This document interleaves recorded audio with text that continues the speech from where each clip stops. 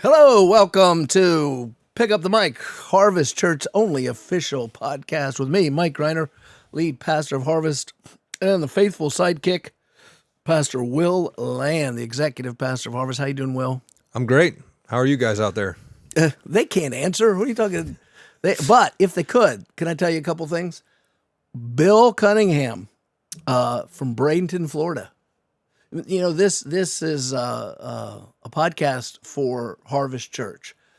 It's not exclusive. The whole world can watch, but our expectation is we're talking locally. But I got a buddy in Bradenton, Florida, who emailed me and said he's listened to the podcast. And so, hi to Bill. My old man has listened at least once. So Pat Greiner in Talking Rock, Georgia, might be listening. So greetings to you too. And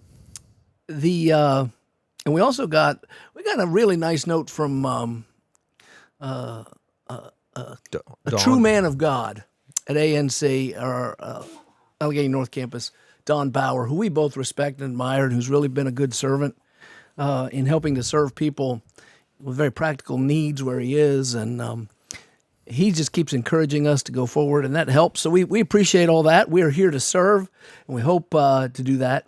So, but hey, look, I got some dudes with me.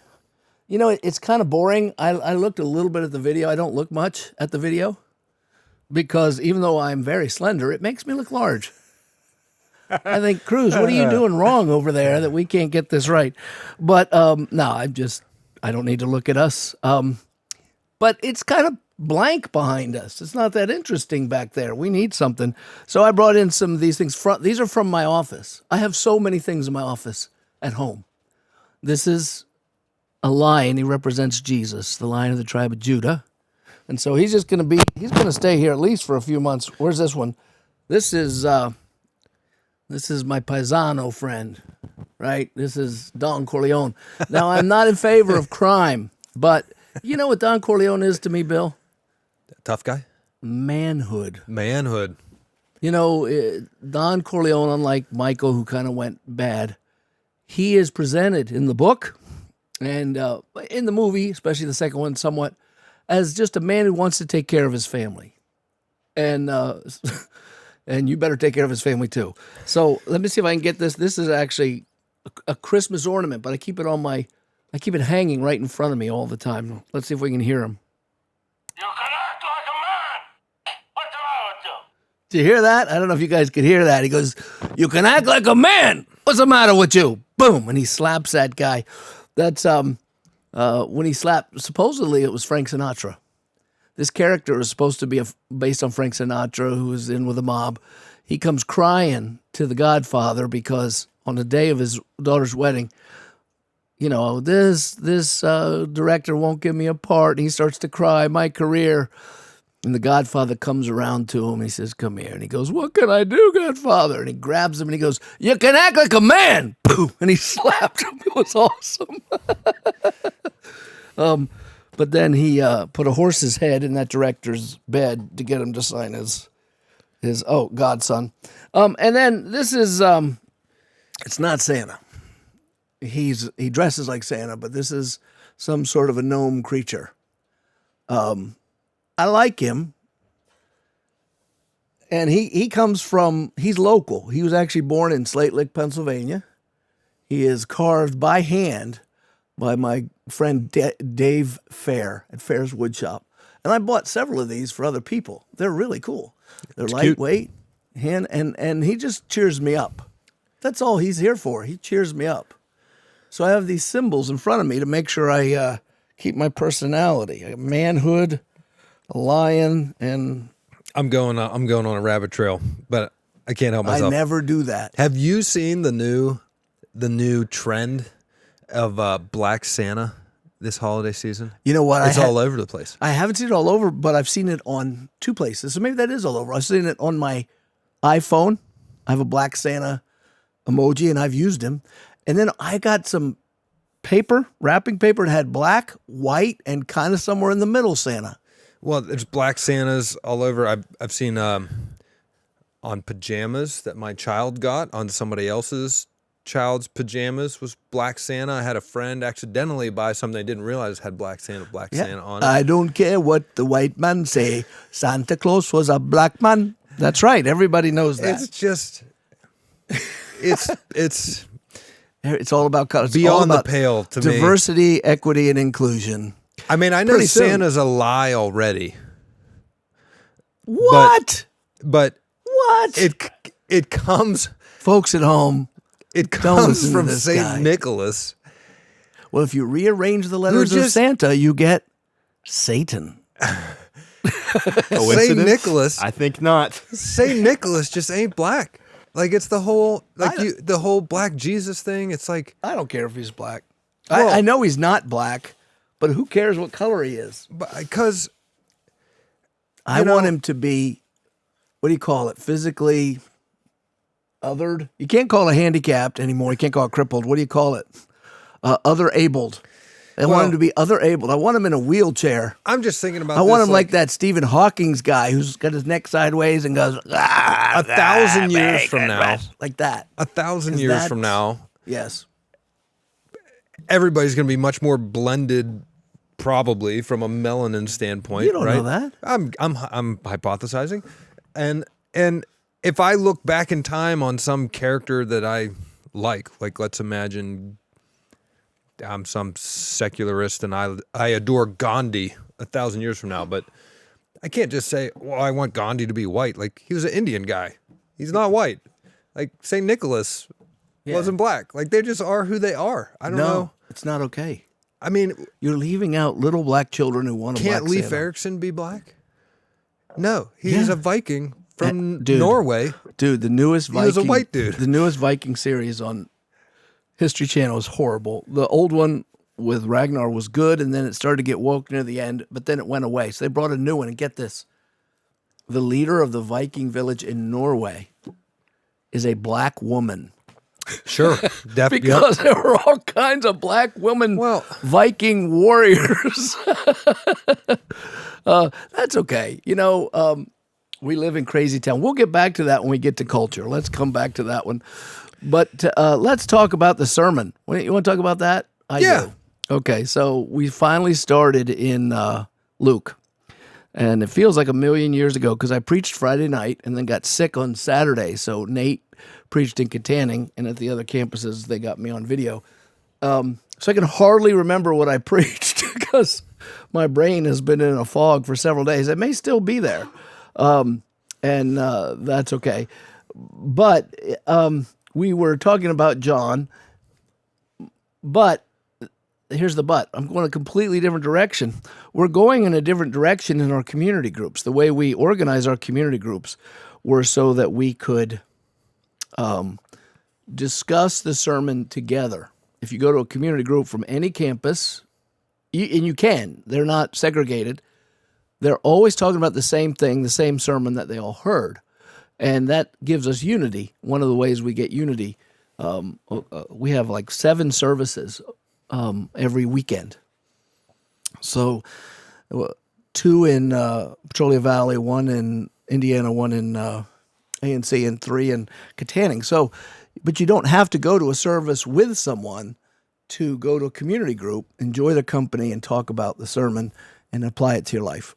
So that's our plan, and we're not going to deviate from that on a permanent way. But we made a choice to deviate on purpose, and I'm so thankful that so many people said, "Hey, this isn't how we do it.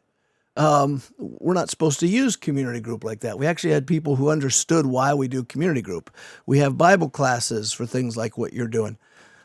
But let me explain the reason we're doing what we're doing and then tell you what we're doing.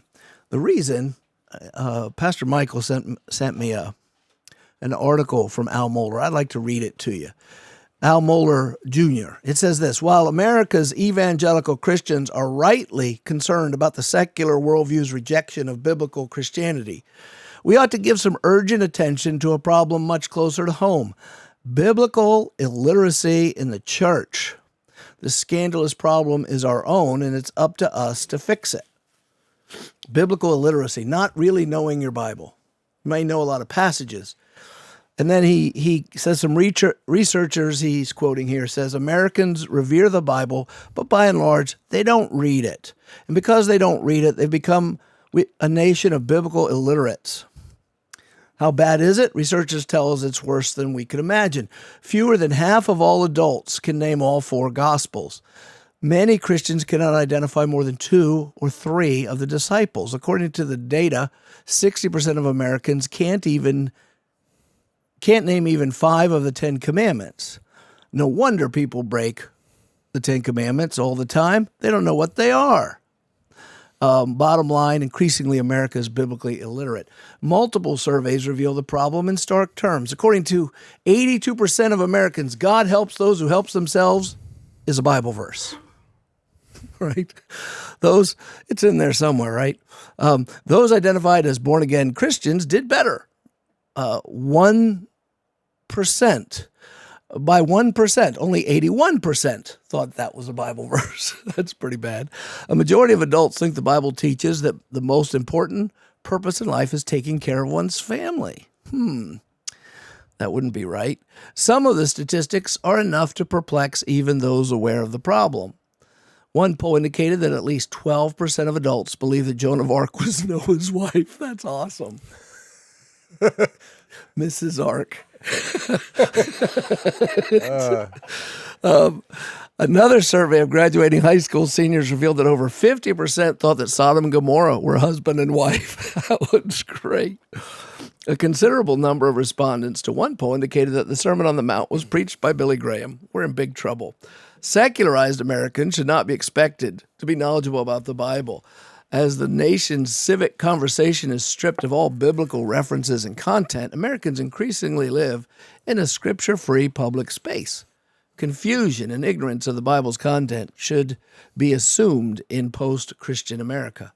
The larger scandal is biblical ignorance among Christians. Choose whatever stat or survey you like. The pattern's the same. America's Christians know less and less about the Bible. How can a generation be biblically shaped in its understanding of human sexuality when it believes Sodom and Gomorrah to be a married couple? No wonder Christians show a growing tendency to compromise on the issue of homosexuality. Many who identify themselves as Christians are similarly confused about the gospel itself. An individual who believes that God helps those who help themselves will find salvation by grace and justification by faith to be alien concepts. Christians who lack biblical knowledge are the product of churches. Oh my goodness. Christians who lack biblical knowledge are the product of churches that marginalize biblical knowledge. Oh, that hit home. Bible teaching now often accounts for only a diminishing fraction of the local congregation's time and attention. The move to small group ministry has certainly increased opportunities for fellowship, but many of these groups never get beyond superficial Bible study. That's true of ours on purpose, by the way. We also supplement those with Bible classes. What we tell people, this purpose is to study the sermon. In any case, youth ministries are asked to fix problems, provide entertainment, to keep kids busy. I want you to know, Al Mohler and the rest of the world, that Pastor Nate and his team teach the Bible to our youngsters, and Megan Caparelli and her team, and I don't know who all the leaders are anymore. It used to be Katie Wayne. Who's leading the children's ministry up at PVC? It might still be Katie. Might still be. Look, I'm not going to put myself on the spot because I can't remember everyone's name. I don't know. People change. I used to know everyone in charge. The point is, at our campuses, these children are being taught the Bible when they go. We're not just keeping them busy. But in any case, that doesn't mean all churches do that. How many local church youth programs actually produce substantial Bible knowledge? Even the pulpit, has been sidelined in many congregations. Preaching has taken a back seat to other concerns in corporate worship. The centrality of biblical preaching to the formation of disciples is lost. And Christian ignorance leads to Christian indolence and worse. This really is our problem. It's up to this generation of Christians to reverse course. Recovery starts at home. Parents are to be the first and most important educators of their own children, diligently teaching them the Word. And that is true. Parents should not expect the churches to do in a short time what they won't do in a lot of time. However, that said, we have a lot of youngins who come whose parents are not up to snuff. They either we have youngins who know the Lord and parents who don't. So we still do our best. Parents cannot franchise their responsibility to the congregation, no matter how faithful and biblical it may be. God assigned parents this non-negotiable responsibility, and children must see their Christian parents as teachers and fellow students of God's Word. Churches must recover the centrality and urgency of biblical teaching and preaching and refuse to sideline the teaching ministry of the preacher. Pastors and churches too busy or too distracted to make biblical knowledge a central aim of ministry will produce believers who simply don't know enough to be faithful disciples. We will not believe more than we know, and we will not live higher than our beliefs. The many fronts of Christian compromise in this generation can be directly traced to biblical illiteracy in the pews, I'd say in the pulpits, and the absence of biblical preaching and teaching in our homes and churches. This generation must get deadly serious about the problem of biblical illiteracy, or a frighteningly large number of Americans, Christians included, will go on thinking that Sodom and Gomorrah lived happily ever after. Thank you, Al Mohler. So along those lines, I'm actually in agreement. And a couple of years ago, we work hard to get people to take Bible courses, and because really you have to be a self-feeder. You have to get to a point where you will feed yourself. Why? Because we do not live in a culture that will accept an institute as a church experience. If they would, we'd do it. Sunday school classes do not replace this. I've been in church long enough to know that Sunday school classes always get the same small subset of people, and even them, they're not covering in an exhaustive manner the books of the Bible or training. What you really need to do is first learn how to study the Bible and then study it yourself, and also augment that with opportunities given regularly from teachers in your church. And we try to do all that, but it's hard, especially because people come and go in a church and you don't know where they're at. But a lot of Christians just never feel like they need to learn the Bible, and I'm not sure they even know it. So then you wonder if they even have faith. The reading of the Bible itself, just reading it, is a plus. Kudos to my old man. I'm going to talk about him twice. He's where did he say he was up to? I can't remember. He just told me which book, but he's cruising through the Old Testament, and he's using Warren Wiersbe as his commentator, which I think is excellent, by the way. There's a guy named Warren Wiersbe, wrote a whole series of books called the B series, B-E. And what he does is he gives you a light but true commentary of each book of the Bible. So you could read the book of the Bible and read his book, and he kind of coaches you and teaches you right through it so you have good understanding. In any case, all that to say, what are we going to do at Harvest? Well, one of the tools we have is that I find essential to understanding the Bible is knowing the story of the Bible from Genesis to Revelation. It's almost like being a doctor and understanding every bone in a skeleton. If you understand the name of every bone in a skeleton, no matter what your specialty is, you're going to know the underlying structure of the muscles, the tendons, where the organs land. And so that's what you want to learn. You need to know where the meat goes. Likewise, when I was a new Christian, I'd open up the book and say, man, something good's going to be in here. And sometimes I'd get something out of it. Normally, it was in Matthew, Mark, Luke, or John, in the red letters, because Jesus tells a lot of stories, and I could follow that. But most of the time, I'd open the book and have no idea what the heck was happening. So, there is a course taught in most Bible colleges and seminaries, and by the way, I never took it myself. I don't know how I got out of it, but I didn't. I studied, it doesn't matter. I got the content even without taking the course. That's called The Progress of Redemption, and it shows the story of God's salvation from Genesis to Revelation. So I took all our elders, and this is just the honest truth, and I picked like 15 or 16 names and a couple of events, and I gave them to our elders, and none of them were tricky. Like all of them were people you'd recognize. And I said, here's your piece of paper, put these in chronological order. And the reason that matters is if you can put them in chronological order, it means you know the story. There is a story in the Bible.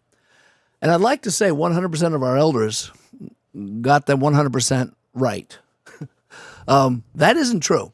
One person actually told me I might have had one of my dates wrong, so maybe I didn't even get them right. I'm not sure he's right, but who knows? Nevertheless, when we were done, all our elders became convinced. I did not get them all right. You didn't get them all right. Our elders told me, we're convinced that we need to learn. And we have how many elders? Like 20-something? 30. 30 elders now, if you had the candidates who are about to be received. And they agreed. So we're making a break in our community group for this one semester and what we did was we took a great young man who's a great teacher, he's gifted in it, and we had him teach this class, Progress of Redemption, which he's taught several times in the church, but no one shows up. Like 4 or 5 people, sometimes 10 at the most, show up. And we had him teach a classroom of people. We had our tech team capture it on video. And what we're going to do is go through it together in our community groups. So we're making an exception. This will not make you completely Bible literate, but it is the necessary first step. Once you're through with this and learn what's there, first I think you'll find it exciting, then your own Bible reading and other Bible courses will sit right on there, and it'll start making a lot more sense. Reading the Bible is more exciting when you understand what it's saying. So all that to say, we have a new program. Will, could you give the name of that and describe how we're going about it? Because I think I tried to give the why. You can give the what. Yeah, so the program internally is called He Has a Plan. So this is Isaac John's adaptation, his own curriculum based off of that seminary curriculum. And it's going to be delivered to your community group leaders and hosts in video form in advance of your meeting times. And they'll have it up on the TV. So depending on how you meet and how your host and leader are going to arrange it, you're likely going to show up at the same time, have some time for fellowship or whatever, and then get right into collectively enjoying a teaching session via video from our own elder, Isaac John. And then you'll have time afterwards to do exactly what you do normally, which would be engage in application discussions, except about the lesson instead of about the sermon. So time-wise should work out well. Between video and discussion, hopefully it won't elongate community groups much longer than they already are, and you'll be able to absorb information together, pause the video as needed, talk. At the end, there'll be questions to guide you through the lesson that you learned today. There's even learning aids that are being handed out every week. You're gonna get So I mailed, or I maps and graphs and figures. I didn't mail them.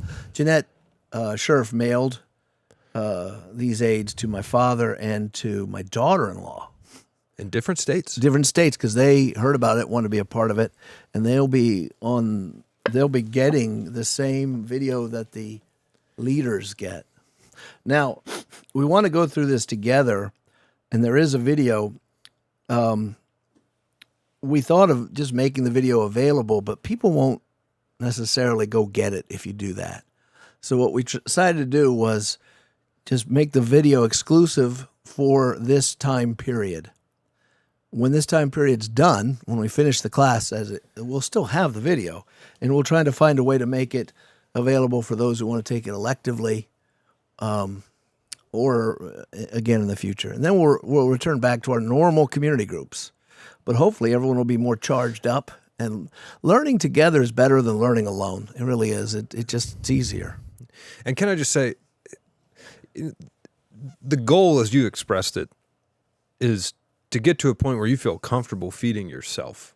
I mean, that's a lot of people want to get to that point. And right? and you don't know what's coming in the world. Correct. You know when you learn the Bible is when you're hurting.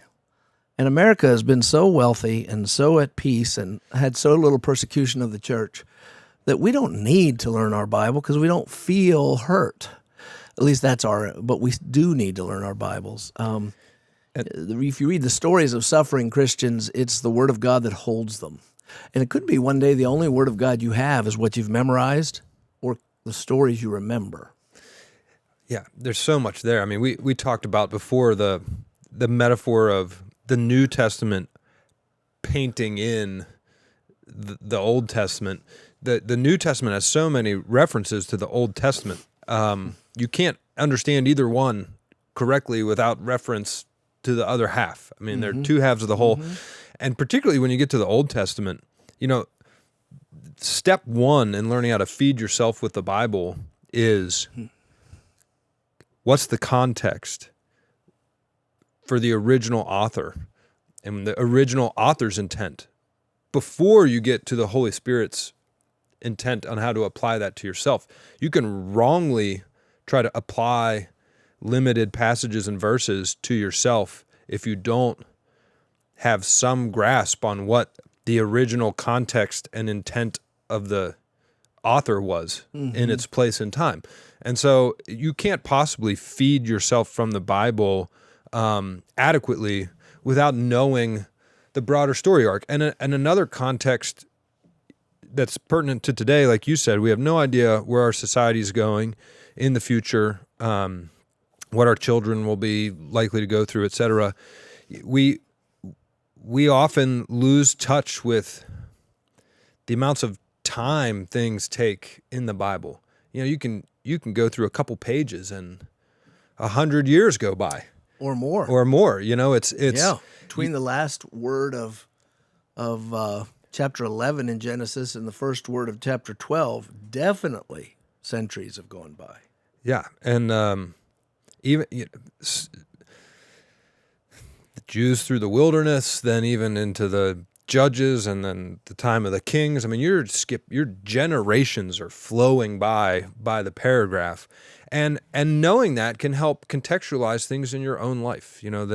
That sometimes God doesn't measure progress or faithfulness in days or weeks. It's like He's way more patient than us. right. So anyway, I'm very excited and looking forward to the class. So. Yep, it'll be good, and thank you all for participating. I think you're going to be blessed.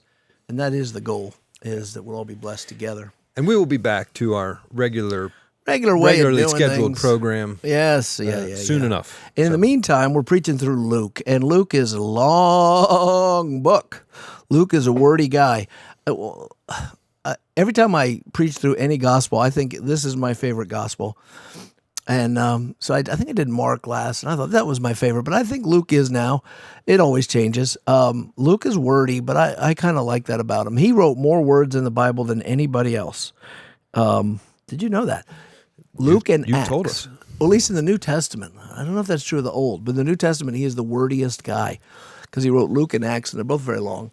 And so, and we'll be talking about the sermons here, and then we're going through Luke here too. So we'll still keep you swimming in Luke if you want to be. Hopefully you'll jump in and study it yourself. Anyway, let's move on. So Luke 1. Let's study Luke. Or Luke 2. Oh, we're going to jump into our Bible study. So we're jumping ahead. Yeah, let's jump in. We spent a half hour talking about that. So next week we'll go back to our looking at the last sermon and gotcha. And so yeah, we're in Luke 2 in the Bible story.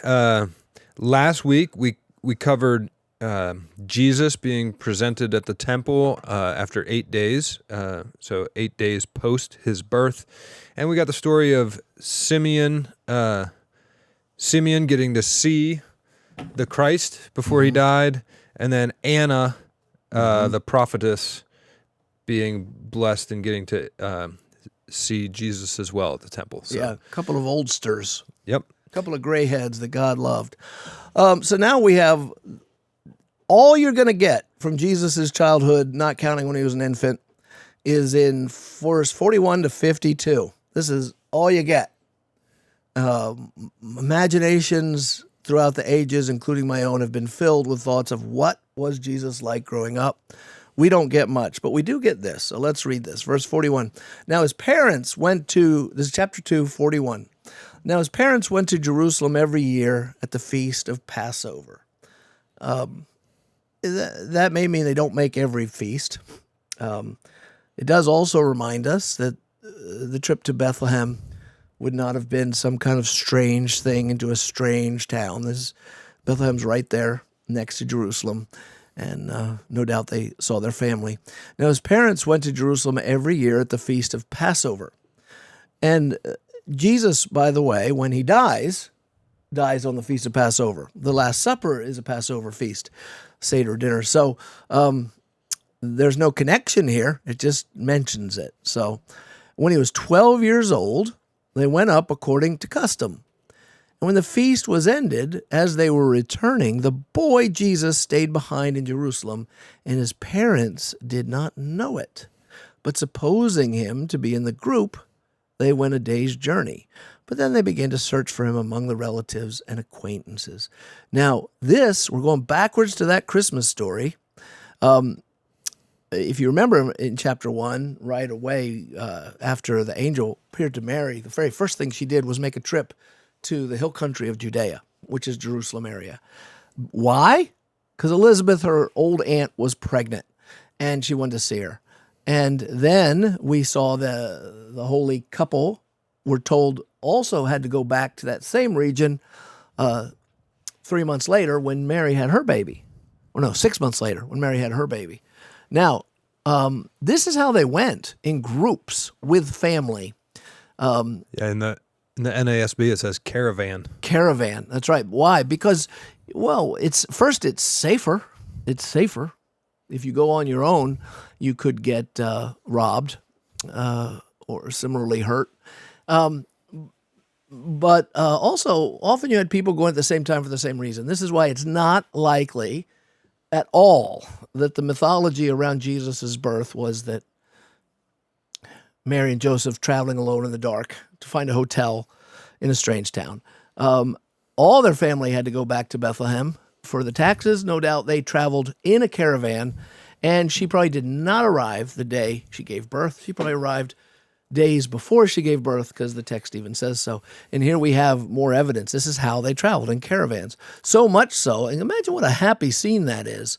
You know, you're traveling with your family. What a great boyhood to have these regular feasts and festivals. It's a good reason to participate in your local church, too, by the way, if it's a happy church. You know, kids look forward to the same things. We're going to do the fall festival, and we're going to do this, and that. Every Christmas we do this. You don't have to do everything the same all the time, but what a rich thing it was, no doubt, for these families. They knew they were traveling together, and they could enjoy each other's company and chat, and men got to see each other without having to do work and hang out. So they were so busy, though, Jesus kind of just snuck away. He's like, I ain't going. And they searched among the relatives and acquaintances, have you seen Jesus? And when they did not find him, they returned to Jerusalem.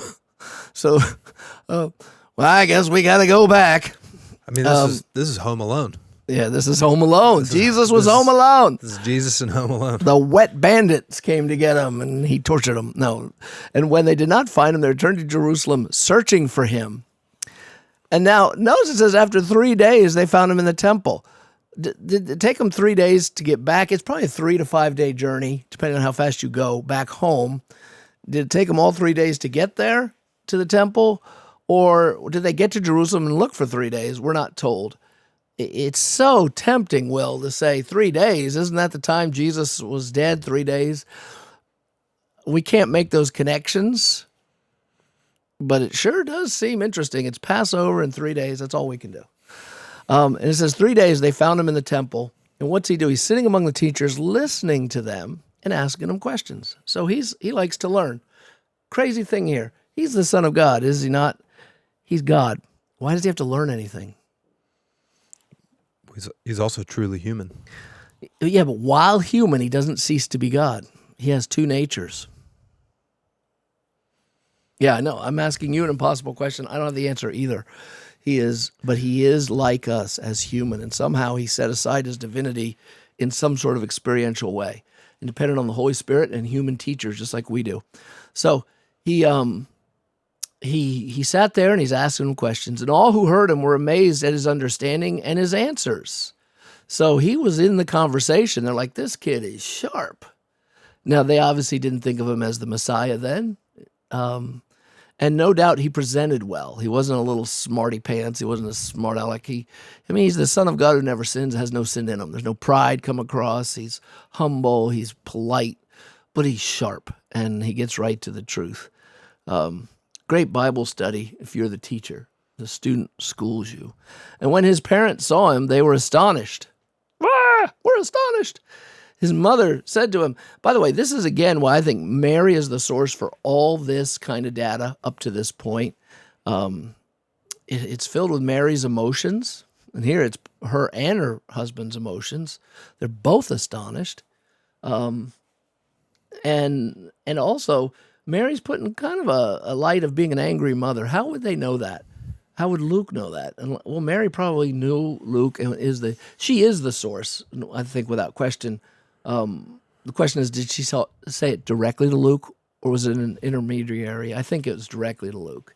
And his mother said to him, son, why have you treated us so? So she thought she was mistreated. Did Jesus mistreat his mother? No. How do you know? Axiomatic. Explain what yourself. We've covered axiomatic before.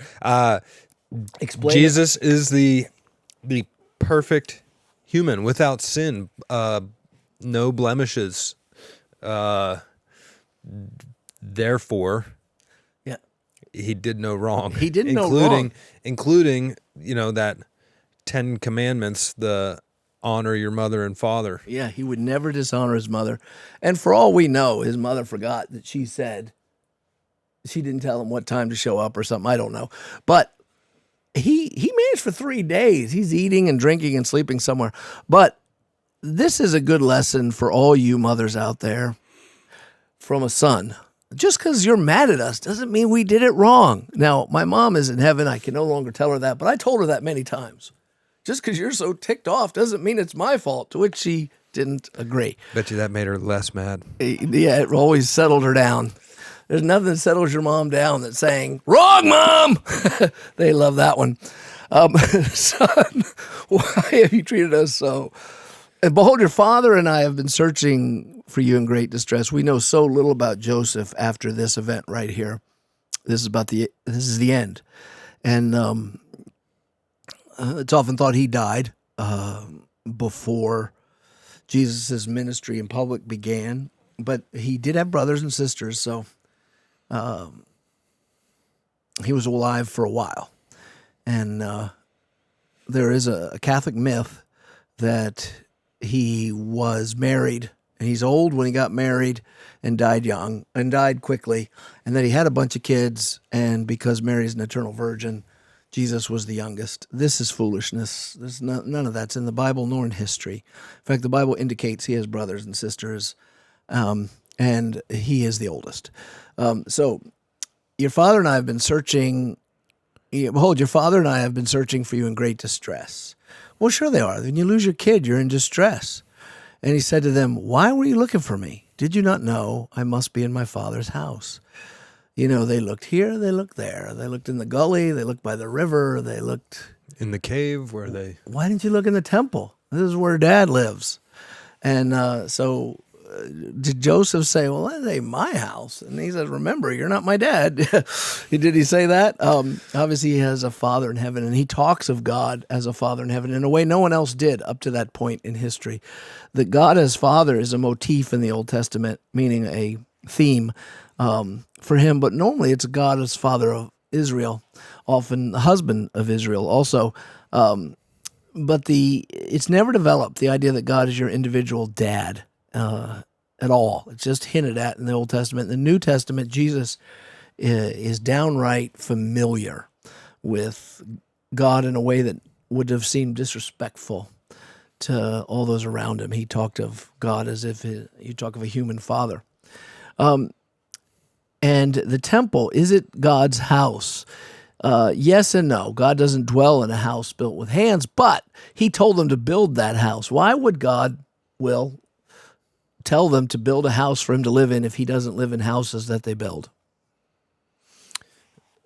It's a foreshadowing of God coming to tent with us in the incarnation of Jesus, which Yes. is then also a foreshadowing of Jesus making a way for us to go back to living in community with God in the new heavens. So you're and new saying it's a earth. foreshadowing of a future reality. Yeah. I like that. And you said two things: that Jesus would come live with us. That's right. And second, we would eventually go into his house in the new kingdom. Yep. So he did it for us. He did it for humanity.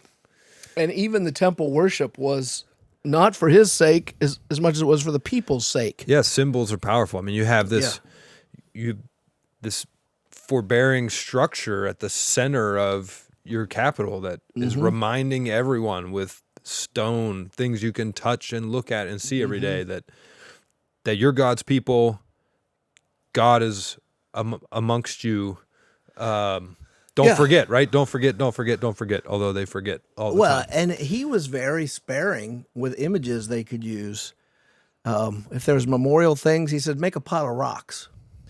In the temple, there are very few caricatures of anything. On the Just the cherubim. on the Ark of the Covenant, they had some angelic beings, but even they are subservient to what's in the box. And what's in the box is very plain. Yeah. Right? It's the law, and it's a rod of Aaron and a piece of bread, right? So it's... And then isn't there a throne on top that's empty?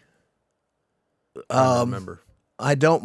You just stumped the pastor. I can't remember everything about that now, but it does have angels on top of it, and those.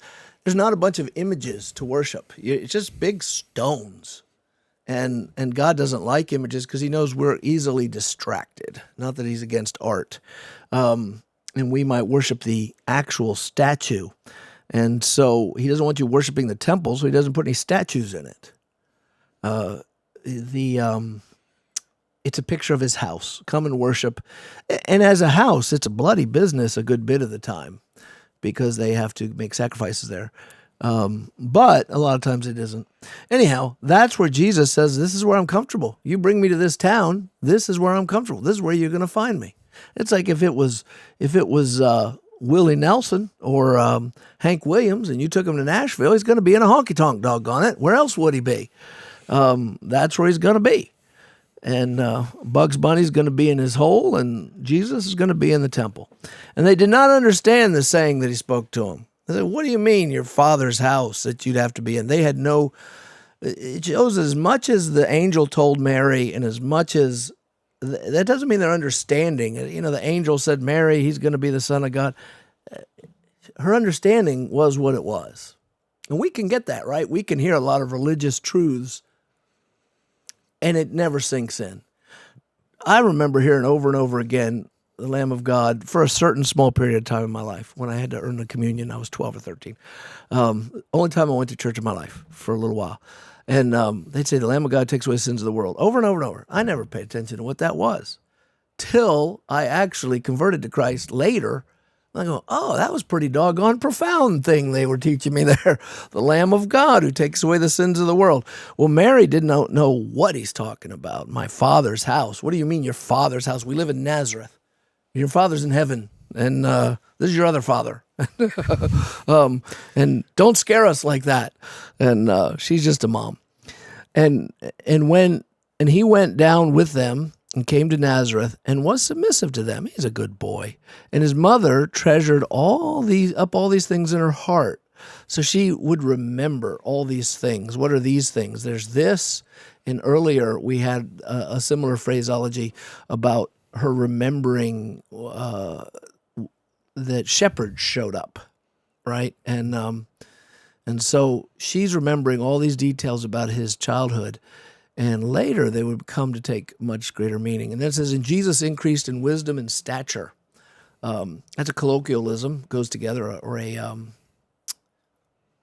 what do you call that? Figure of speech, wisdom and stature. It's what it's like saying all our boys grew up young and strong, right? Or strong and good looking. Wisdom and stature, and in favor with God and man. So God, of course, blessed him, but men blessed him too. That won't last. This sounds very much like the language of Samuel. 1 Samuel 2:26. Now the boy Samuel was growing in stature and in favor, both with the Lord and with men. So it's a very similar proclamation. He's just a fine young man. He wouldn't get into any trouble till he started his public declaration of himself as the Savior, and then he would be hated. So that's all you get of his childhood. There ain't no more. You want more? We don't have it. There is some people who believe we have it because they'll come up with these old ancient books, but no reliable witness of his childhood survives. You're making me think. I mean, you're making jokes about him sitting there listening to the people teaching in the temple and asking them questions and doing so in a humble, not persnickety way. It's all in that last word in the chapter where he grew in favor with God and with man. I mean, it's just like an exhortation to kids out there. You can be wise above your years, smart above your years, but still have people older than you like you. I mean, Jesus accomplished it. It's How can a young man keep his way pure? Yeah, humility. By keeping it according to thy word. Yeah. That's what the psalmist says. So yeah, if you have humility and obey the word, and submit to your parents, and you don't have to be a wuss. I mean, a sissy. He wasn't a sissy. He was in there chatting with the men. He was listening to them though and asking them questions, which is polite. He wasn't a know-it-all. Definitely respectful. Yeah. So anyway, it's good. There's a lot in there in that story. Yep. We're done with it though. For now. We'll get back to Luke chapter 3 next week. So that brings us to our third segment of the week, which is cultural commentary, current events. Last week we went long on. We talked about the political divide in the country. Did we? Yeah, we talked about the loss of mutual moral ground to stand on for compromise. We talked about abortion a lot. We talked about all that? Oh yeah, man. Man, I'm losing my memory. We kind of got off on a diatribe a little bit. Okay. Was it good? I thought it was good. Okay, as long as it was good, I don't mind. Well, let's do it again. Yeah. Hopefully you like it, because here it comes. Here it comes. I mean, I got some stuff on my mind because they're in the news. The news can't always choose what's salient, but they invent what's salient. Salient mean what's important in the moment. Sometimes things are very important in the moment. The news doesn't cover them. But because the news covers things, all of a sudden those become important in the moment. That's what I mean. But there is something very salient that happened that if you search Christian news, mostly you'll find it. And that is, did you know over Christmas in Nigeria, the Fulani tribesmen are just losing their minds? Yeah, so you didn't even know. Just throw that in. Open up a search and put in Nigeria, Christians, and the word Fulani. See what pops up. Christmas massacres? Christmas massacres. We don't even get to hear that. The news chooses what's important to us. Who's important to us. When one person could die, they'll say, this is the most important death in the history of the world, like George Floyd. But then you got like 190 people were killed in Nigeria on Christmas by Muslims. And it's been ongoing in Nigeria. Nigeria is an interesting country because it's huge first. It's much bigger in population than you might think. It will probably grow to be one of the largest nations in the world, probably passing Russia soon. By soon, I mean in decades, and I think Russia is number 5, right? It was India, China, or China, India, one of those. United States, Indonesia, Russia, something like that. And Nigeria is on the rise. And the southern half is Christian, very Christian. Some of the largest churches in the world are there. Not always healthiest, but largest. But in the northern part, there's a lot of Muslims. And they've been wiping and killing Christians all over the place. And there were some horrible pictures that you can find online of just massacred Christians. Very similar to what Hamas did to Jews on October 7th, so are the Fulani tribesmen regularly doing to the Christians in northern Nigeria. And these are our brothers and sisters who are, they're martyred. That's all there is to it. There's martyrdom going on constantly around the world. And so I just urge everyone to keep an eye on those sorts of things. And you say, where can you find them? You're going to have to go off of Fox News, ABC, NBC, CBS, PBS, and all those. World Magazine has good sites. The World and Everything in It is a great podcast. They'll tell you about these things. There's a website called Christian Post. It's not the greatest news website because it's kind of polished, so it's not too offensive, but it will always have things like this in there so you can know about it. Twitter is a good place if you find the right people. Everything's out there. So that's heartbreaking, isn't it? That happened this Christmas. Are you looking at it for the first time? Yeah, this is news to me. Yeah.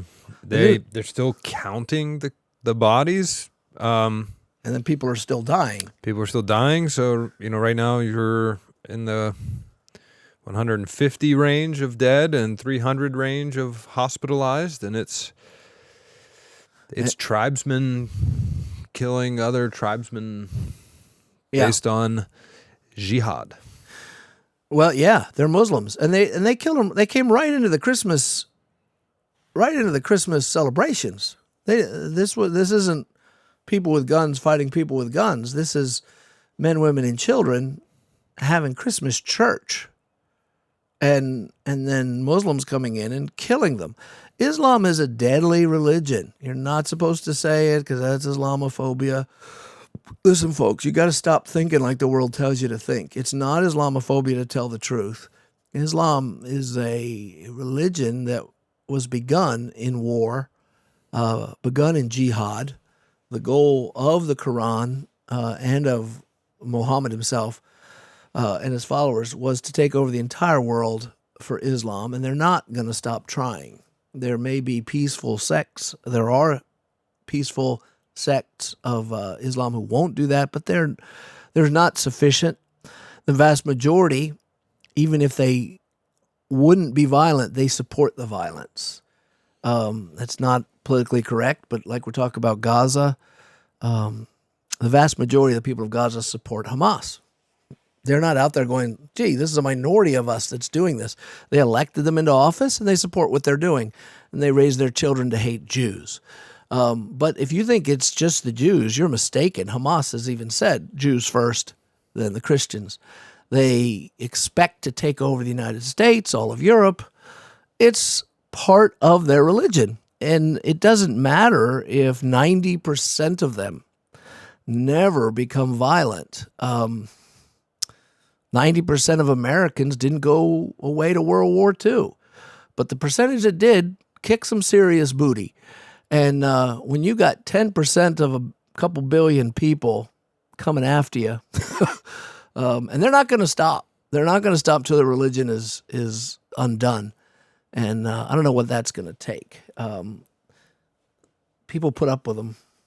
People put up with them. That's all there is to it. There's been a push to migrate Muslims into Europe. The EU, stupidly, has caused that. The European Union. Why? I don't know. Just opening up the borders. And now there's in every European nation of the West, they have their Muslim problem, whether they want to say it or not. They have their Muslim problem. Not that all Muslims are a problem, but the problem is Islam, not Muslims. We love Muslims just like any other lost people. They're lost. Atheism is a problem. Communism is a problem. Islam is a problem. If you name things I hate, one, I hate communism because it's the devil's philosophy.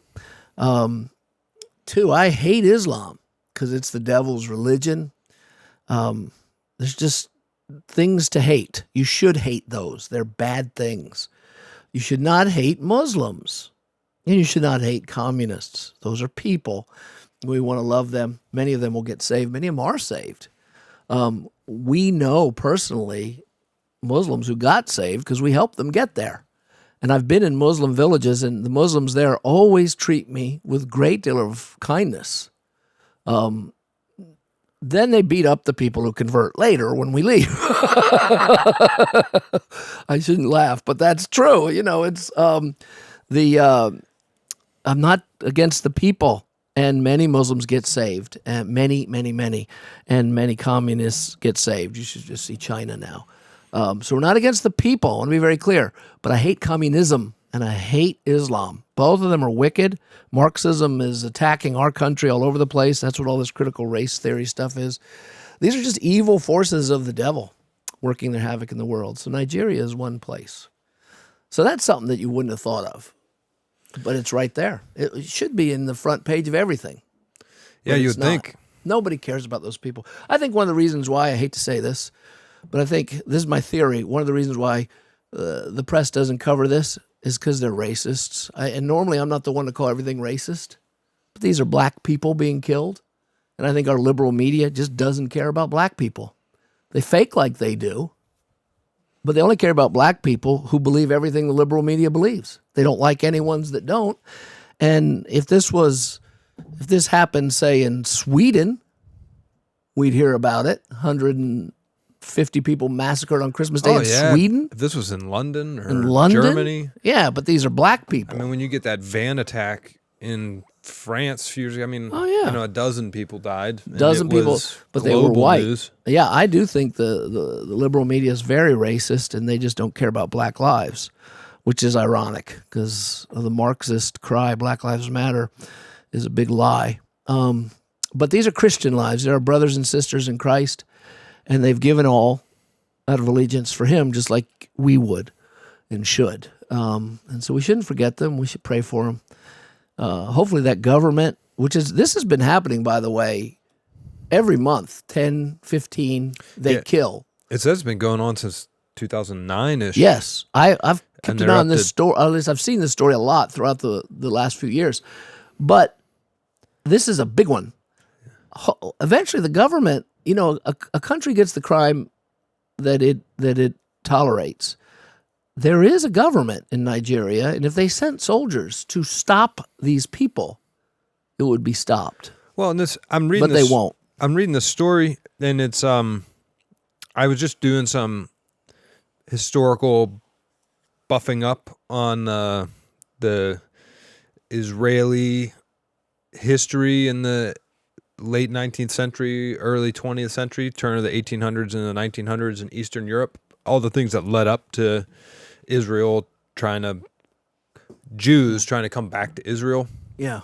They had these things called pogroms. Yes, pogroms. Pogroms where they're essentially Kill Jew Day. Murderous riots, kill Jew days, and the government would very purposely delay their police response to just wait basically until the murderous rage was quelled by people murdering people, and then come in and pretend you're not allowed to do this. But that's what seems like it happened here, at least in the article I'm reading. That's a good insight. The governmental response, police, military response to people calling for help in this mass murder. No forces got rallied at the local police office for 3 or 4 hours, it says. So it's basically sanctioned. It's just government-sanctioned murder of a religious minority. It sounds very similar to Eastern Europe pogroms. Or it sounds like our George Floyd riots, where the police just back down, let them burn everything down. And it's not good. The governments are tasked by God to bring law and order to their countries, no matter what style of government you have. It's unjust to leave people unprotected. And they don't have the Second Amendment there. So they can't carry their... Well, maybe they have maybe it's a free-for-all. Maybe they need to arm up to go to church. I mean, you don't want to have to kill people, but you do want to have to protect your families, and it's just not good. Yeah. So you could be praying for the Fulanis. This sounds a lot like the ministry we're doing. Now, the Fulanis are the bad guys, so would you pray for them, though, that they'll get saved, right? So let me clarify. there's this article is referring to Fulani Christians, so I think Oh, okay. Fulani is a region. Okay. It sounds very similar to the ministry you guys are participating in. Let me make a editorial comment. You have helped convert Muslims to Christianity. That's right. In India, and this sounds very similar to our ministry efforts in India as a church. So there's a quote here from a local that says, Fulanis who become believers face strong opposition from their home communities, typically losing their wives, their children, their possessions, their livelihood, and often face threats on their lives or even killed for apostasy from Islam. So we definitely should be praying for these people. I mean, they're laying it on the line. Pearl of great price for sure. Yeah, there's two groups that kill Christians the most. The communists and Islam. It's not comfortable, but it's true. If you like either of those belief systems, you are deceived by the devil. They are constantly killing us. Right now, China's cracking down again. Communism, as Marx says, communism begins where atheism begins. It's a godless, it hates religion, it hates Christ. And if that makes you mad or you want to argue, we're happy to talk about it. We won't throw stones without open discussion. We'll meet you at Mission Coffee, the finest coffee. We'll happily talk to you We'll happily about talk to you. If you find that provocative, I'm not trying to be provocative, but we don't have time to re-explain everything or beat around the bush. Yeah. It's just a reality. Islam is what Islam is, and communism is what communism is. Marxism is what Marxism is. They're bloody inventions, one in the 7th century, one in the 19th century, and came to flower in the 20th century. They're just devilish, and they've taken over a good bit of the world. And they hate Jews, and they hate Christians, period, because it's spiritual. They don't know it's spiritual. So, be praying for the Christians in Nigeria. Anything else in the news tickle your fancy? There's some good news. I have a little bit of good news Well, here. let's hear your good news. President of Harvard got axed. That takes us back a couple weeks. Claudine Gay. Yeah. Dear Claudine, you know she didn't get axed. She resigned. Well, and you know she didn't get, she has to keep her $900,000 salary. Oh, of course she does. And guess what Harvard did with her? Made her a tenured professor. Well, that's what they did with the UPenn lady, too. I mean, you know, it's insane. This woman, the UPenn lady went to be the tenured head of their law school and still kept. So what does this tell us? At least there's some amount of pressure to acknowledge that rank hypocrisy of allowing anti-Semitism on the campus, but not other things. You know, it tells us that they don't really care because these women are not really facing any consequences, but they're facing consequence in name only, or at least we see some amount of blowback on the schools to make them do things they clearly don't want to do, which is fire these women who they agree with. Okay, on the local, let's pull back that's local. Let's pull back the lens. I'd like to make two big picture comments, and then you can react. One, these are all women. There is a push to get men out of leadership and women into leadership. Oh, yeah.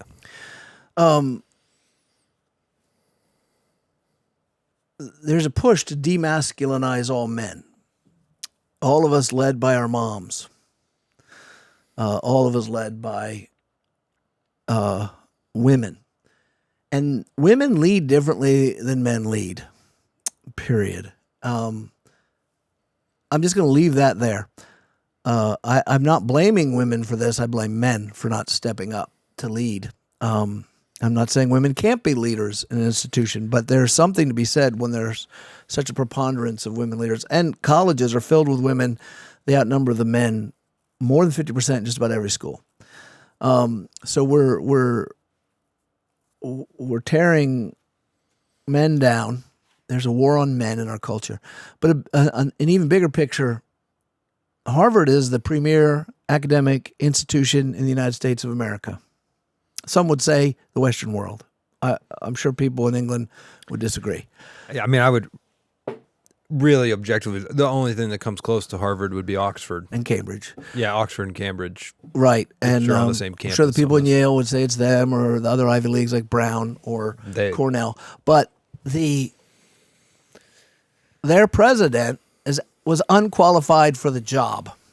She got the job because she's a black woman. And I'm not saying that because she's a black woman. I'm saying it because the news says what her academic qualifications are, and she has weak academic qualifications. She's done very little academic work. She was not, she was moved along. She got opportunities that I would never get. And it's because of the color of her skin. And that is racism. It's racism and it's foolishness to go against the meritocracy like that. But it also shows not just her, the whole institution is broken. If your president steals academic knowledge in the finest learning institution in America, the fish is rotten. In other words, nothing changed. She could have resigned, nothing changed. It's a symbolic gesture. Because the whole fish is rotten. They're standing behind her. In fact, they do still stand behind her. They wrote a glowing letter as she left about how horrible it was that she had to make this terrible choice because she's such a wonderful, great person who lies and steals other people's stuff because she's such a weak scholar. Well, clarify that. What do you're throwing some accusations. So was she discovered in plagiarizing, or when you say stealing? Thank you for that softball. She should have quit in shame because she couldn't say that we shouldn't be saying let's kill the Jews on my campus. Amen. Then people say, no, lawyers told her to say that. She's the president. See, this is womanly. I hate to say it that way. It's motherly to make an excuse for your kid. And I'm not saying all women would do it. Please, if you're a woman, there's women who lead institutions I'm sure would do better than her, good, strong Christian women. But to make an excuse, whereas, and men make excuses too. Men are like this, but mom nurtures me. Let me say it that way, because I'm probably already in trouble and someone's going to yell at me the way I said this. Oh, you're definitely in trouble. Mom nurtures me, right? Dad says, you're just going to have to get it done. Now, I had a great mom. No, I'm not putting her down at all. I liked the fact that I had a mom and a dad, because I could run to one for a hug, doggone it. But the other one was just going to say, get it done. And I realized that. There were lines I couldn't cross. We're making excuses for everything. I heard, well, the lawyers told her what to say. She's the president of the institution. So the dad would say, you're in charge, suck it up. And you have to go down with your ship. Maybe that's not fair, but I just can't help but think we're killing masculine leadership. But secondly, I'm already in trouble. By the way, you don't have to agree with me on this. This is social commentary, not the Bible. You can tell me I'm full of it. I can live with that. But the other half of that is she's published very few, like 5 or 6 things, which if you're an academic, that's not normal. You publish a ton. And publishing is your proof. That's your product. If you're an academic, what you write and get published and peer-reviewed and into journals, that's your product. That's your proof that you're smart enough to have a PhD, right? You actually prove it. It's like a cook. Their proof of the pudding's in the tasting. They give you what they cook and you eat it. You go, that was good. And that's how you know. There's no such thing as a chef who's a 5-star chef who doesn't produce food that everyone agrees is good.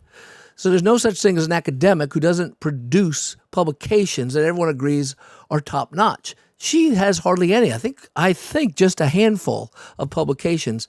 And in almost all of them, she's plagiarizing. That's called stealing other people's ideas without crediting them. This will get you kicked out of college. You'll definitely get an F in a class if you're caught plagiarizing. It's like cheating on a test.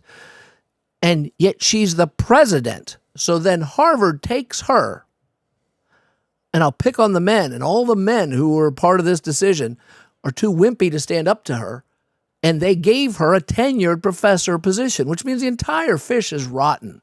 If you send or you go to Harvard now, you're a fool. I'll just say it outright. You're a fool if you go to Harvard. It's a school of fools for fools. What it would be like sending someone to learn to cook in a place where they never use food as a product. They don't care about academic integrity. It's just a disgrace. What the school should have done is fired her and said, we're going to fix this thing. But they didn't. Anyway, that's my thought. I just have gentle thoughts. I'm not too strong of emotion here, is it? It's pretty strong. Yes, I'm fed up. And the thing is, it's coming out as race. People are saying, this is because she's a black woman. Baloney. I can give you a black woman who can take her job. Carol Swain. Dr. Carol Swain is a black woman who would do that job and do it well. Why don't you give her the job? She's got a PhD, and she didn't cheat. And look her up if you want to know. And she's as black can be. And she actually has better hair because Claudine doesn't have much hair. And she could do the job as well as any man, I'm sure. Give her the job. No, they want a leftist. And I'm just sickened by the state of education. Even my own school, Penn State. Everybody is going for this DEI. I know a lot of people don't even know what it is, and I don't want to go down that rabbit hole, but you should look it up if you don't. Diversity, equity, and inclusion. It's Marxism, and it is racism on display. It's not about diversity. It's about power and identifying people by the color of their skin, dividing people. That's what's going on is DEI in all these universities. State universities, forget them. If you're sending your kid to Penn State thinking he's getting a good education, he better be smart going in because they will give him a bunch of garbage unless he's in the STEM field, and even they are getting invaded. And they'll force you to take a class, even if you're in a STEM field, to teach you diversity, equity, and inclusion. They'll force this strange, cultish, religious ideology of it's really Marxist thought. Oh, I'm just going off and throwing things out there, Will. You better take this back because I'm saying things I'm not explaining, and I don't like that. But it's, I guess we shouldn't have talked about this because it's the tip of an iceberg for me, and what's under the water is deeper than what's on top. It's a lot deeper than Claudine. I get completely annoyed with the state of higher education. It's a waste of your money. It's a waste of your money. Unless you go to a Christian school. If you want to go to engineering school, go to Laterno. It's an engineering school in Texas. They won't mess up your brain. If you want a liberal arts education and you're not going to a solid Christian school like Grove City or Hillsdale or go to a Bible college like Columbia or Southern, then you're just wasting your money and your time. I'm done. Okay. Boom, I was ranting. I can't stop. Here's something that's important. Start talking, Will. Important for us to remember. This is what flows through my mind when you go on a rant like this. I'm the executive pastor. I often trouble myself with things like budgets, property, plant, and equipment, what's all around us. It's good for us to reflect on the fact that Harvard was this country's most prestigious seminary. That's how it started. Producer of pastors. Yep. How does an institution drift so far afield? And the answer is... It says Veritas, I think, on their school. Property, which means prestige, and money are the three idols that can lead you astray from the principles that found an institution. So we have things like a property. We have several properties here as part of the church. We have money that we not very much, but we use. Well, not excess. We use money. We don't have excess to do ministry. We don't have a foundation like Harvard. And if we generate any prestige, certainly we're losing some of it on YouTube right now. Yes, with I've this. probably. But we must I've probably lost all. My apologies. We must never lose sight of what we're doing, to the point that if outside opinion threatens to diminish our prestige, our property, our money, that we would let it all burn to the ground to not shift from the truth of what our purpose is here on earth. So you ask yourself, how does Harvard go from the world's most prestigious Protestant seminary to the absolute pit of sludge that it is now? It's idolization. It's idols. It's power. It's idols. They Power. put out the people who run Power, the prestige, governments and- power, prestige, and money, and fear of diminishing any of those three things. They got money. We would rather accumulate power, property, money, and prestige than hold firm to the principles and the truths that this institution was established to service in the first place. Well, everything should So- be used to glorify God, including at our church. And everything we own in the church is not our church. Church is people who love Jesus. And Brown also was the Baptist seminary. Now, Brown is lost, Every single one of the Ivy Leagues was a seminary. except University of Pennsylvania. It was Yeah. started by Ben Franklin as a secular institution. And they lost their president. Her being white, though, made it not as scandalous. They didn't lose her. Again, just similar to this situation, she shifted. She's still a tenured head of a Yes. department in their law school. Yeah. So Anyway, yeah, they're good enough for the law to teach our skulls full of mush, So- and the arrogance of living in those bubbles, though. You know, have you heard of this guy Bill Ackman? oh, I know Bill Ackman. Have you read the thread he put out like yesterday? No. I tell you what, Bill if Bill any- Ackman's a financial guy. He runs a hedge fund, I think. Yep. Yeah. And he because of this October 7th stuff with the protest for Hamas, I think he gave a lot of money to Harvard, and he said, "What am I doing?" And then he went down the rabbit hole of what I said, DEI. And if you are Twitter literate, go on Twitter, look for Bill Ackman. He has a very long post, very long. It's article length, explaining everything he learned, and he nails it. Absolutely nails it. What's going on? The big picture of DEI is cultural Marxism. And cultural Marxism is a simple idea. If you look in the Communist Manifesto, the whole idea is some people have money, some people don't, and if you don't, you're oppressed. Now they would say the workers are oppressed by the owners, and they call it the bourgeoisie and the proletariat, but it's a very simple idea that some people are, because they look at everything as oppressed and oppressor, and everything's about finances. Not all of life is economics. There's romance, there's religion, there's art. But for them, it's all about wealth. And what cultural Marxism is when it comes over and says, if you have an unequal outcome in any particular group, that group is being oppressed. So what you're doing is you're dividing people into groups.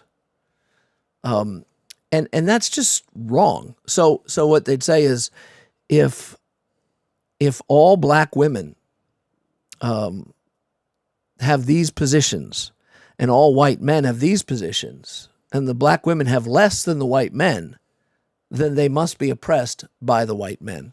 This is the thinking, and it's divisive. It goes against. It's very anti-white. The idea that there are people of color is a horrible term. I don't ever want to use the word people of color. If you use people of color, that's your business. I don't ever want to use it except as a cuss word. Why do I say that? Because it's divisive. What you're trying to say is all people of color are one. They're not. I have Mexican relatives that are one color, and I have German relatives who are another color. And if you can meet Puerto Ricans and Cubans are not the same. I know Puerto Ricans, I know Cubans, I know Mexicans. They're all similar colored, and none of them are the same. They think very differently. They have different cultural backgrounds. And then you could have black people from countries in Africa. You could have black people from Brooklyn. They're not necessarily the same. And what you're doing when you say there's peoples of color, what you're separating in a Marxist way, you're calling them the oppressed and the white people the oppressor. So then the white people become the enemy. It's a way of dividing us, right? There is not a perspective of people of color. There are persons who have different colors and they each have an individual perspective. And they're all individuals. And every man, woman, or child, regardless of skin color, needs to be treated without bias, this is what the scripture says. You do not play favorites. So, but this is what's being done to divide us. So the reason you can't say anything against Claudine Gay is because she's a black woman.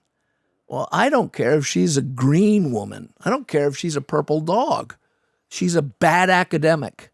And you should have the guts to say it out loud. I'm not a racist. I don't hate women. I don't even say women shouldn't be in that position. Fine if they're in that position. I'm saying it's sinful the way the entire society is trying to think. They're thinking in Marxist terms, making oppressors and the oppressed. It's really not that simple.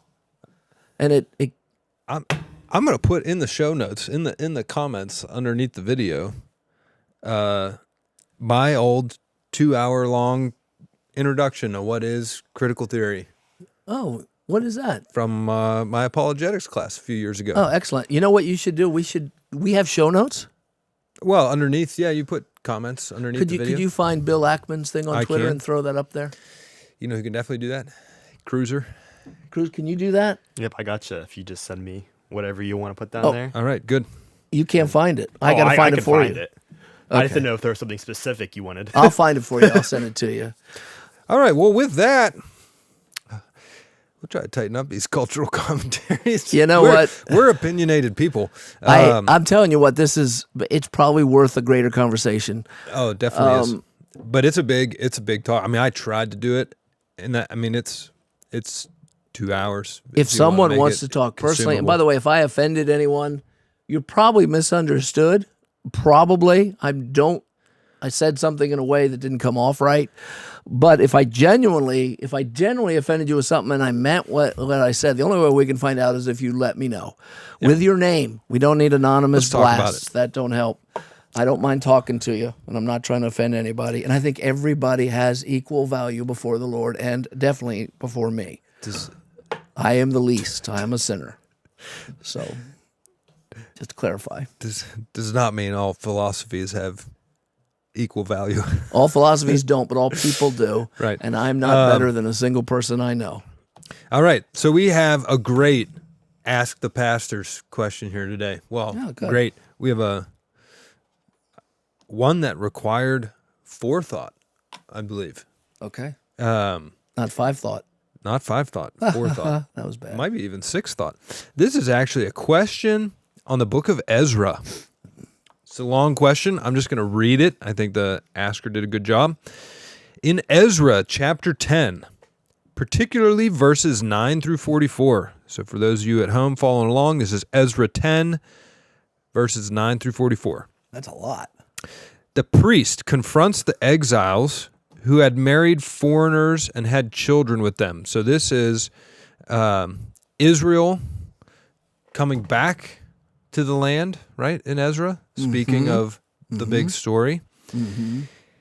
And as the Israelites come back from Babylonian exile, there were some Israelites who had married Babylonians.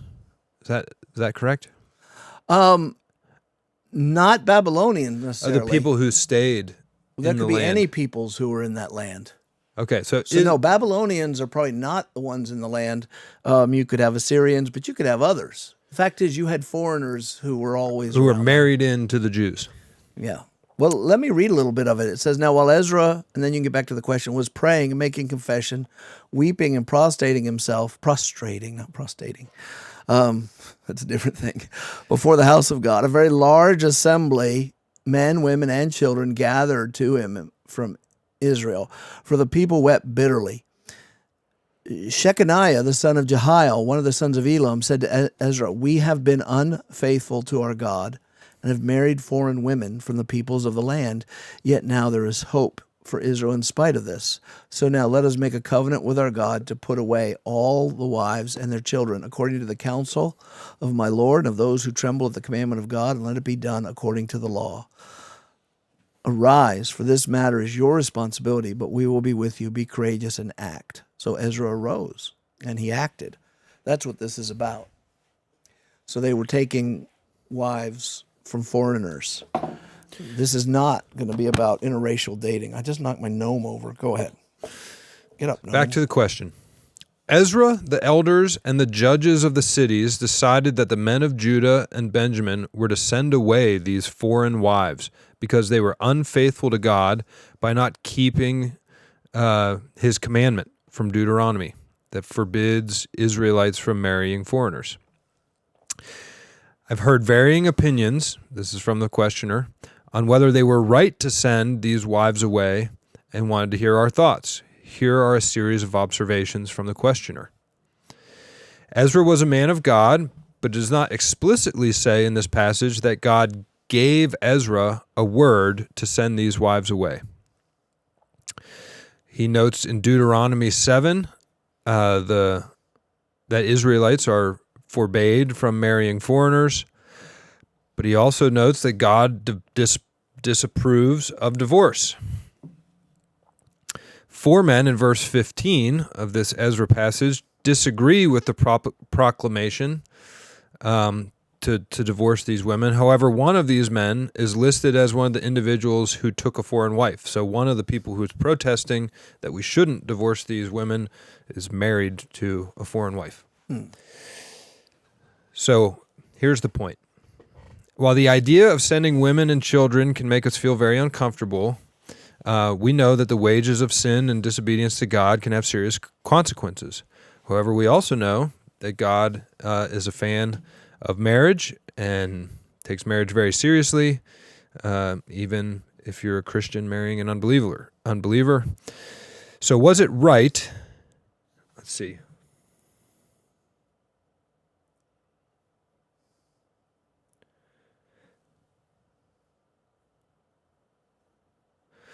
Basically, can you just give your commentary on this section? Was the point? The difficulty he's having is they seem to decide on a case-by-case basis. So it seemed that like not categorically each one was. Wait a minute. Ezra, the elders and judges of cities performed an investigation that lasted for months. Yeah, it took time to see who was who. It appears the people had agreed to the proclamation. So what were the intentions of the investigation? If the people had already agreed to send the foreign wives away, was it to sort out how to send them away properly? Or was it to investigate whether each foreign wife was committing idolatry versus being a foreigner like Ruth, who was faithful to the true God? Well, if we ask questions the Bible doesn't answer, we're going to be... in other words, he's coming up with eventualities that we don't know. But let's deal with the big picture and then get smaller.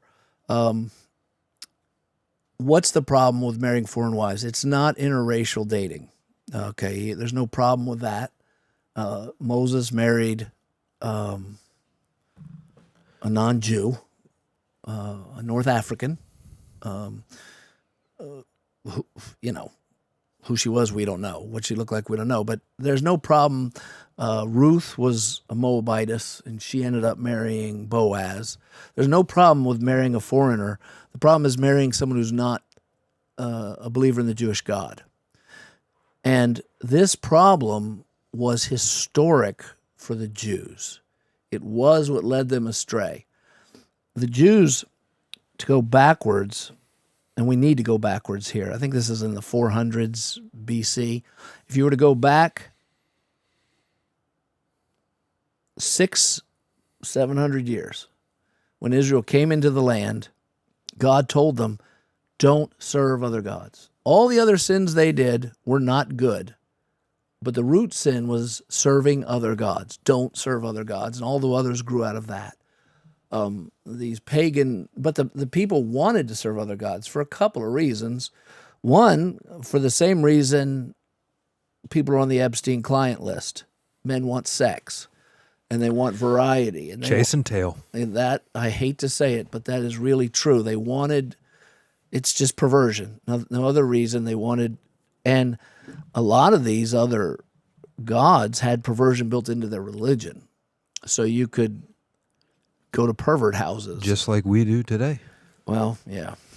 But they would, yes. I'm not going to get into the details of that, but the women would bring their gods with them. And so the nation of Israel was to be the one nation out of all the nations of the world, and there were many tribes. All these tribes had their own God. Israel is the one who's supposed to have the only one God, the true God. And in that purity of devotion, they were a light to the other nations, a city set on a hill. But they couldn't stick by that. And if you read through, and as we will, going through He Has a Plan, we'll see that they constantly failed by marrying foreign wives and going after other gods. So it was an old failure. If you look at Solomon, who God loved and saved, he had a great start, but as a king, he had a lot of access to women, and he tried to see if you could become satisfied through women. He would later write in Ecclesiastes, you can't, but he actually did the experiment, which he shouldn't have done. And he married and took concubines of other countries, many of them. And that led to the putting up of religious places for a lot of these women to accommodate them. And he did some, no doubt, for political reasons, to make alliances with other tribes, but he did most for lust. He wanted a lot of women. And so now what's happened is the people were removed from the land in 722 BC, and one got most of them, and then the rest were removed by the Babylonians in the late 600s BC. They're finally getting to come home and to build the temple and to build a wall around it. The problem is, now that that's done, they're committing the same sins that got them kicked off the land, taking foreign wives. And that means taking their gods too. That's the issue, is idolatry of their gods. And they were forbidden from taking those wives so that they would keep their gods out of the inner circle of their Jewishness. So the solution is get those wives out, or they could all convert to Judaism. That could have happened. It didn't happen. And maybe part of the sorting through was to see if that happened. But the issue was too deep. There were too many people, and it wouldn't have been fair just to say, okay, get rid of your foreign wife. They had to investigate every tribe and every people to see who they were dealing with. And there was a council of priests that Ezra went to, and they seemed to do it in a very meticulous manner. And then they put off their foreign wives. They got rid of them. It seems to be what it says. Verse 14, let our leaders represent the whole assembly, and let all those in our cities who have married foreign wives come at appointed times together with the elders and judges of each city until the fierce anger of our God on account of this matter is turned away from us. So there was a true belief that God was angry at them. And there's no reason to think he wasn't. They had disobeyed. So now when it comes to putting off foreign wives, who knows if they only had one wife? Jesus would say later, God's always intended for the two to become one. He endorsed monogamy, but people would marry other wives, and God allowed it. But he wanted the wives put off. And what you have in the last chapter, actually, or the last bit of the chapter, is a list of offenders. It's actually the results of what they found out are listed. Verse 18, it says, among the sons of the priests who had married foreign wives were found the sons of Jeshua, the son of Jezadok, and his brothers Messiah, Eleazar, Jerub, and Gedaliah. Well, if your priests are letting these people in who don't serve your God, then everything's messed up. It says they pledged to put away their wives, and being guilty, offered a ram of the flock for their offense. And the sons of Immer, Hananiah, Zebediah, and then it just starts to list all the people who were found guilty. All these had married foreign wives is the last line of the book. And some of them had wives by whom they had children. So they put them away is the implication of this. This also happens in Nehemiah. And the same thing happens.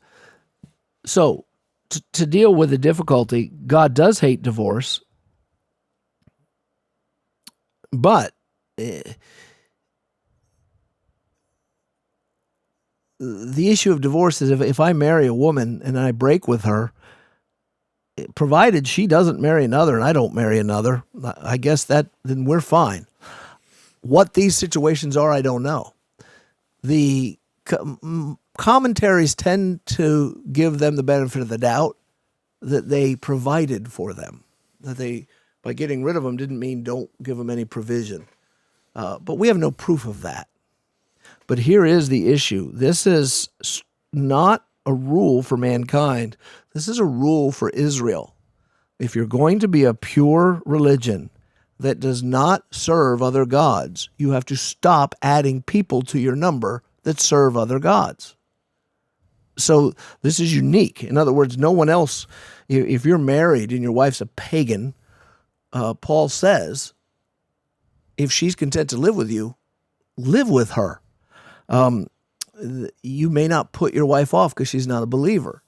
In fact, if a Jew is married to a non-Jew and they're not in Israel, you could assume this doesn't apply to them. I don't really know, really. But the issue is you're supposed to be a pure nation where everyone admits there's only one God. You're adding people to your nation who bring other gods with them through marriage. That's not okay. So all the text says is they had to get rid of those wives. It doesn't say where they went. Some say they went back home. Some guess that they didn't have to go back home. They were provided for locally. We do know there was care taken, and it was case by case, and they were thorough. So it's not a perfect situation, obviously, but that's because of their sin. When you sin, you bring non-perfect situations in. And there is no imperative, command, or rule set up that we as Christians should follow, or we should be putting out wives. Yeah, I'm glad you should only have one. And I'm glad you touched on Paul's instruction. Yes, and then there's a lot of argument whether Paul meant, because he said if an unbeliever leaves, you are no longer bound. You're free. And some people think, well, then you're bound. That means you can marry again. And other Christians say, no, you can't marry again. And I'm not going to have that argument right now, but that's where the argument goes. In this case, that's the reasoning. Now, I want to just make it even more difficult. When Abraham had Sarah as his wife, he also took Hagar as a concubine, kind of as a second wife, because his wife asked him to, which is strange, but she wanted to make sure a son was born. And he also had a couple others, I think Keturah and someone else. And the Bible never says that's good. The Bible never says that polygamy is good. But Sarah couldn't take the fact that Hagar had a boy, and she was very jealous. And when her son came along, she was even more jealous and told Abraham, this woman's got to go. And God said, listen to her. Get rid of the woman. He says, but don't worry, I'll take care of her. And he met that woman in the desert and promised to bless her and her son. And he did. Those peoples are no doubt many of the Arabs and Ishmaelites today. And they were blessed and made a great people. So that makes it even more difficult. In that case, God said, she's got to go. You're not going to have peace in this house, and we need the kid of promise to be prominent here. I think the rule comes down when Jesus was asked, can a man divorce his wife? He said, no. He said that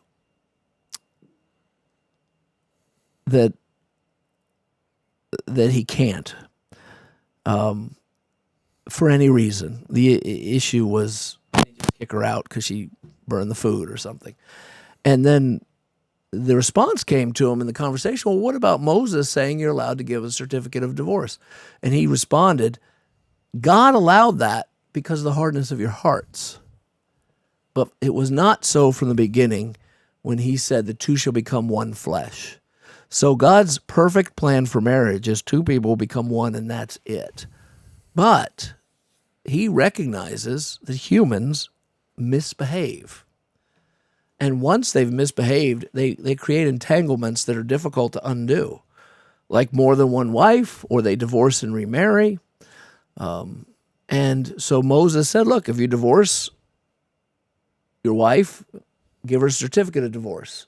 Why? So that she is free to marry another man, so she's not without a family. And then he goes off and marries another. But then he says, look, if that man dies, she can't come back and marry the first. So he's actually honoring the second marriage. So you say that's messy. It is messy because people are messy. Not God's plan is messy. In this case, the people were messy in a unique way. As Israelites, they're committing the same sin that got them kicked off the land. So they weep once they figure that out. And they have a little prayer meeting, and they hear the reading of the law in Ezra, Nehemiah, and they're like,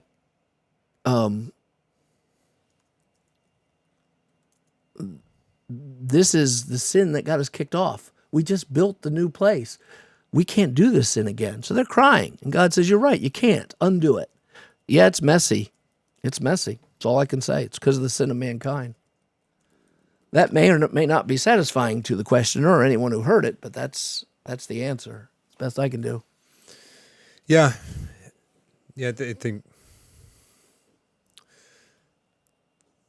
the Old Testament and the law so often are just an instructor of the need for Christ. I mean, that's what I see. It's just there's wisdom in the law. You read it. Teaches you a sense of balance. There are different kinds of laws. There's ceremonial laws. That's completely different. There's moral laws. And then there's what we could call jurisprudence or penal code. Like if someone steals, this is how much you should pay back. So you have to ask which laws are we talking about. When it comes to the laws of marriage, we see Jesus commenting on it and saying the hardness of your heart caused God to have to give you ways to handle relational life once you've already messed it up. And I think that's what we have here. You've already messed it up. This is what you're going to have to do. Yeah. You have to undo it. Otherwise, you're just going to have, I've just rebuilt this temple. You have a bunch of false gods in it. By the time Jesus came, here's interesting, 4 centuries later, there was no more fiercely monotheistic people than the Jews. They never again made the mistake of worshiping other gods as a group, as a whole, maybe some individuals. So they did learn their lesson. The difficulty that Jesus ran into was they thought they were righteous because of that, and not righteous by sacrifice, by Christ's sacrifice for them. They thought they were holy because of that, and they weren't. But they never made the mistake again after this of worshiping foreign gods. So, lesson learned. Anyway, there it is. Well, guys, thanks for your time today. We appreciate all of you guys out there, the feedback, the questions. Keep them coming. and we'll keep sitting here every week. So hope you had a great holiday season. Moving forward into the new year. Amen. We'll see you guys around town. So long.